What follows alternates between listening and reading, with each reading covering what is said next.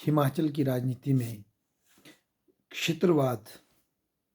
का जो समय है वो 1966 के बाद शुरू होता है, जब पंजाब हिमाचल का क्षेत्र, जिसमें कि हमारा कांगड़ा, हमीरपुर, आज का ऊना, कुल्लू, लाहौल स्पीति का क्षेत्र आता है, उसको विशाल हिमाचल में 1 नवंबर 1966 को एक विशाल हिमाचल उसको मिला करके पुराने हिमाचल में जोड़ा जाता है। ये जो नया हिमाचल बनता है, इसमें जो ये दो नए और पुराने जो क्षेत्र हैं, इनके बीच में शक्ति के लिए संघर्ष होता है। इसको समझने के लिए समझना ज़रूरी है कि आज़ादी के बाद से जब हिमाचल की स्थापना हुई, तब से लेकर के 1966-67 तक जो ये 15-16 साल या 17-18 साल का जो पीरियड है, इसमें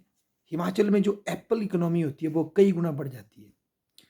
आज़ादी से पहले हिमाचल जो नया पुराना हिमाचल बनता है, उसमें केवल 400 हेक्टेयर ज़मीन पर सेब लगे होते हैं। परंतु कुछ ही सालों में 24,000 हेक्टेयर तक 15 सालों में 24,000 हेक्टेयर तक भूमि पर सेब के बगीचे लग जाते हैं।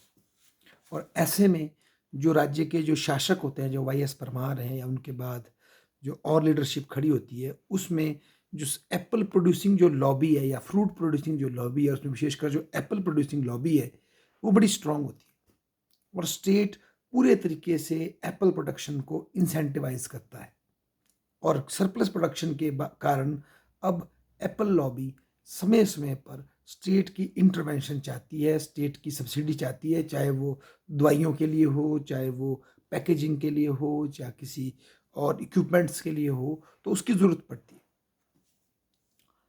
और जब 66 में एक बहुत बड़ा उतनी ही आबादी का क्षेत्र जुड़ जाता है आकर के,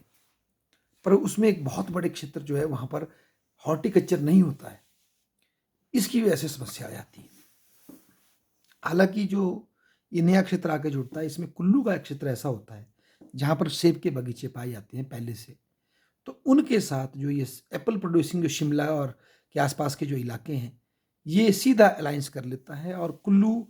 डिस्पाइट नए हिमाचल में आने के बावजूद पुराने हिमाचल के साथ उसके क्लैश ऑफ इंटरेस्ट नहीं होते हैं, बल्कि इंटरेस्ट की सिनर्जी हो जाती है। और इसी का उदाहरण है कि लालचंद प्रार्थी जो है, उनको मंत्री बनाया जाता है मंत्रिमंडल में। जबकि दूसरी तरफ जो हमारा जो कांगड़े का क्षेत्र है, वो खुद को थोड़ा-सा साइडलाइन महसूस करता है। हालाँकि कांग्रेस पार्टी की रूट्स जो है पुराने हिमाचल की तुलना में नए हिमाचल में ज़्यादा स्ट्रॉन्ग थी। नए हिमाचल में का जो इलाका, जो कांगड़ा का जो पंजाब में इलाका था, वहाँ कांग्रेस की लीडरशिप ने आज़ादी की लड़ाई में सीधा भाग लिया था और कांग्रेस की रूट्स बड़ी मज़बूत थी। परंतु नए हिमाचल के जो नए हिमाचल जब हिमाचल में जुड़ता है, नया हिमाचल का जो इलाका जो पंजाब में होता है, वो हिमाचल में जुड़ता है, तो ऐसे में स्टेट के अंदर जो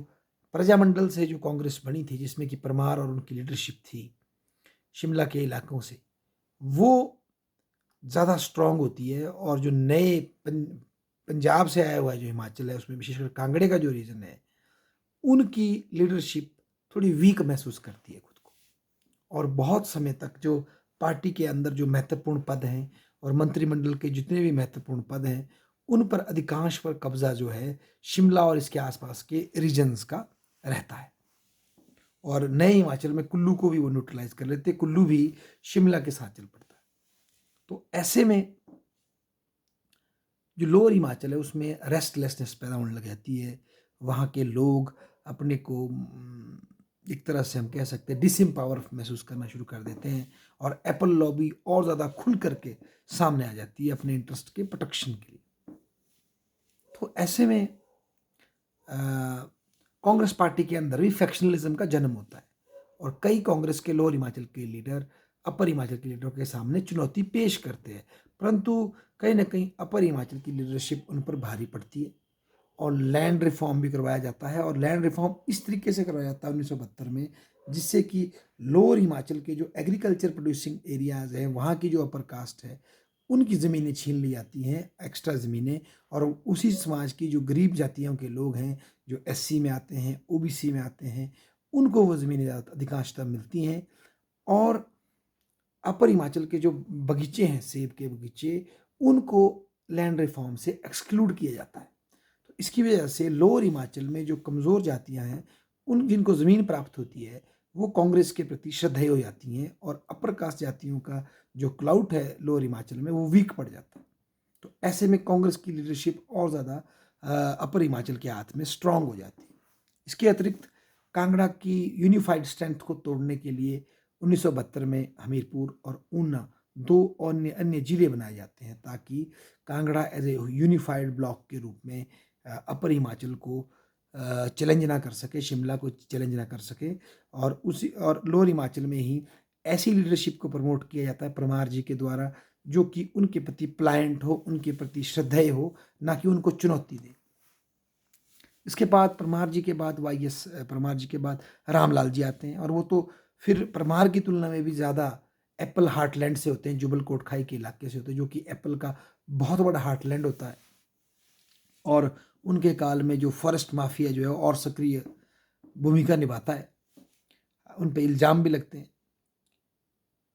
तो ऐसे में और उनकी इमेज भी ऐसी बनती है कि वो कहीं न कहीं अपर हिमाचल के सेब प्रोड्यूसिंग लॉबी के सीएम है, ना कि पूरे हिमाचल के। ऐसे में जो है जनसंघ जो एक पार्टी थी लोअर हिमाचल में, वो अब जो कि शुरू में हिमाचल में विलय का विरोध कर रही थी, और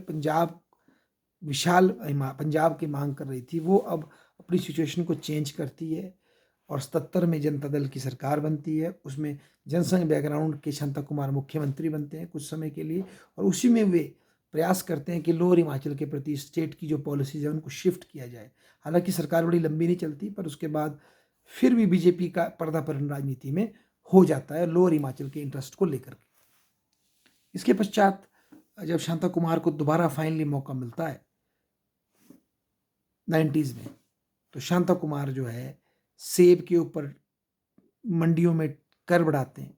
सेब के बॉक्स की ट्रांसपोर्टेशन कॉस्ट को इंक्रीज करते हैं, सब्सिडीज को कम करते हैं सेब पर पे, और उसके बजाय जो एग्रीकल्चरल इलाका है उसके प्रति सोचने का प्रयास करते हैं। तो ऐसा होने से जो सेब की जो बड़ी स्ट्रांग लॉबी है हमारे स्टेट में, वो खुद को खतरे में महसूस करती है, और बागवान बड़ा प्रोटेस्ट करते हैं। इसी दौरान शिमला में गोलीकांड हो जाता है, कोटगढ़ में गोलीकांड हो जाता है, शिमला में भारी धरना प्रदर्शन होता है। तो और हालांकि कांग्रेस के समय भी होता था, पर शांता कुमार के प्रति एक बहुत ज़्यादा फियर की फीलिंग थी एप्पल प्रोड्यूसिंग बेल्ट में, और शांता कुमार किसी भी तरह से इस लॉबी को कैटर करने के बजाय वो स्ट्रिक्ट एक्शन लेने पे विश्वास करते, समझौता नहीं करते। और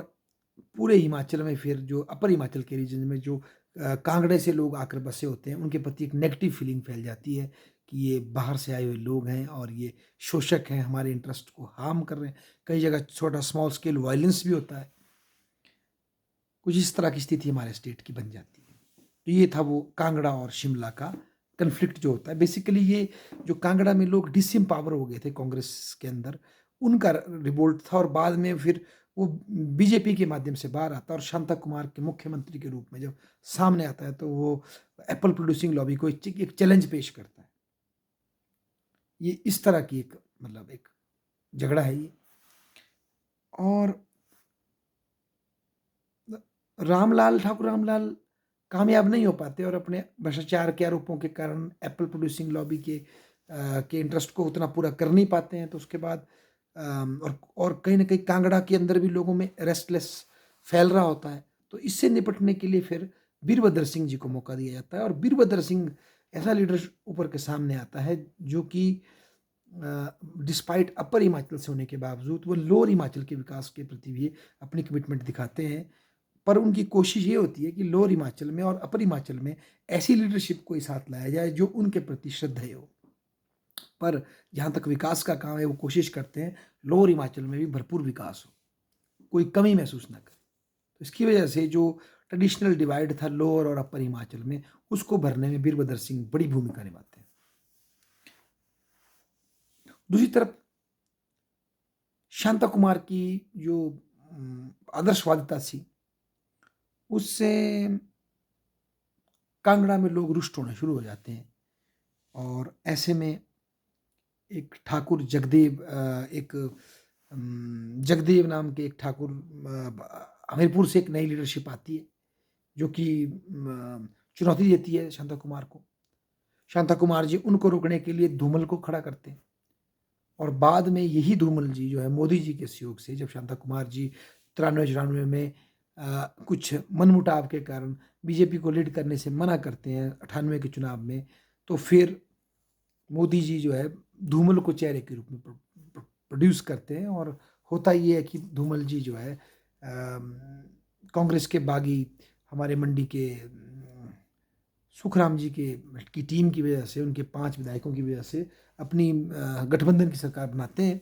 और धूमल नाम की एक नई शक्ति का उत्पत्ति होता है जो कि कांगड़ा में भी जो एक हमीरपुर का जो जोन है, नया जिला है, वो एक नए क्षेत्र के शक्तिशाली सेंटर के रूप में उभर कर सामने आता है। हमीरपुर क्षेत्र, हमीरपुर पार्लियामेंट्री कॉन्स्टिट्यूंसी, और उसमें भी विशेषकर हमीरपुर। और सब्सिक्वेंटली क्या होता है, अब फिर दोबारा वीरभद्र सिंह जीत के आते हैं, पर उसी काल में मंडी पार्लियामेंट्री सीट पे उनकी पत्नी हार जाती है और उसको हराने में बीजेपी बड़ी भूमिका निभाती है और कई इंटरनल पार्टी कांग्रेस की धड़बाजी भी काम करती है और उनकी पत्नी एक बड़े ही ऑर्डिनरी कंपेरेटिव लीडर से, जिसका नाम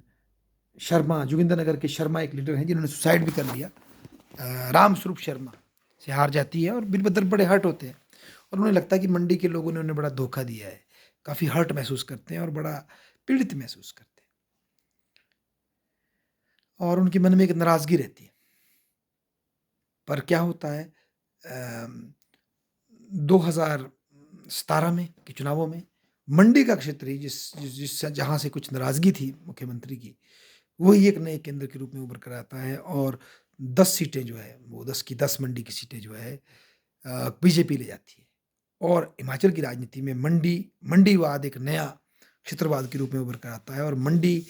महत्वपूर्ण हो जाता है और मुख्यमंत्री का चुनाव भी फिर मंडी से होता है और जयराम ठाकुर हमारे मुख्यमंत्री बनते हैं। हालांकि धूमल की लॉबी जो होती है वो काफ़ी प्रयास करती है, परंतु गतवा सेंटर जो है जयराम ठाकुर के साथ जाने का प्रयास करता है और इससे हमारी हिमाचल की क्षेत्रवाद की राजनीति में एक नया क्षेत्रवाद, जिसको मंडीवाद कहते हैं,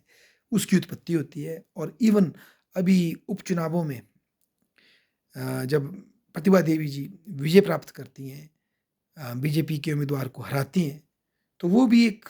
चुनाव से पहले सेमीफाइनल के रूप में लिया जाता है क्योंकि मंडी पार्लियामेंट्री कॉन्स्टिट्यूंसी का पॉलिटिकल महत्व बहुत बढ़ गया है और अब जब हमारे 2022 में रिजल्ट आने वाले हैं तो इसमें उभर कर आएगा कि क्या क्षेत्रवाद की कोई भूमिका रही इस चुनाव में या नहीं रही,